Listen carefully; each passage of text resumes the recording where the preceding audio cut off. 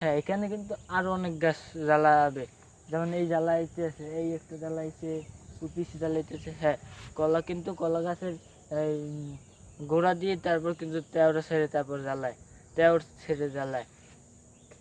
কলার আঠিতে কিন্তু কলা গাছ হয় না, কলার আঠিতে কিন্তু কলা গাছ হয় না।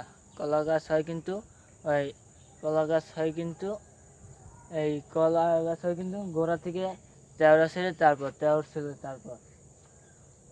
আর এই যে এখানেও দেখা যাচ্ছে দুই একটা তেওড়া ছেড়ে ছাড়ছে, কিন্তু গোড়া থেকে কিন্তু তেওড়া ছাড়ে, আঠি দিয়ে কিন্তু তেওড়া ছাড়ে না। কলা গাছ কিন্তু ছোট থাকে। কলা গাছ সবখান থেকে কিন্তু বড় হতে হয়, সবখানেই কলা গাছ হয়, কিন্তু দোআঁশ মাটিতে কলাটি ভালো হয়। দোআঁশ মাটিতে কলা কিন্তু ভালো হয়। যেমন এই গ্যাসটা কিন্তু এখানে মাটিতে কিন্তু একটা পুকুর এর পাশে, কোলার পাশে দেখা যাচ্ছে, কিন্তু কোলার পাশে। হ্যাঁ, পিছনে কোলাটা কিন্তু ধান ক্ষেত। আর এই যে এই গ্যাসটা কিন্তু অনেক ছোট, বেশি বড় না, অনেক ছোট দেখা যাচ্ছে। এই যে কিন্তু তবুও কিন্তু কলা হয়েছে। হ্যাঁ, কলা গাছ কিন্তু ছোট থাকলেও কলা হয়।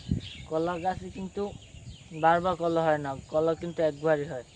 প্রথমে কলাটা কিন্তু একটা মসরা পরিণত হয়, মসরা, যেটা ওই গোল থাকে লাল। তারপর সেই মসরা যে খোল ছেড়ে তারপর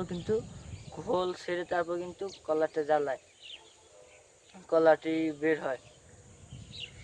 আর প্রথমে যে বলেছিলাম তেওড় ছেড়ে তারপর কলাটি হয়, কলা গাছটি হয়।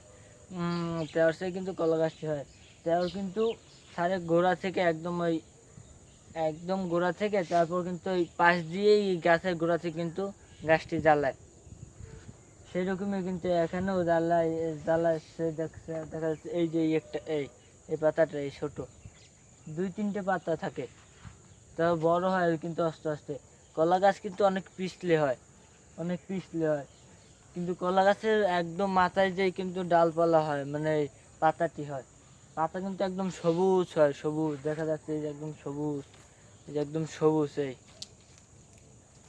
একদম সবুজ।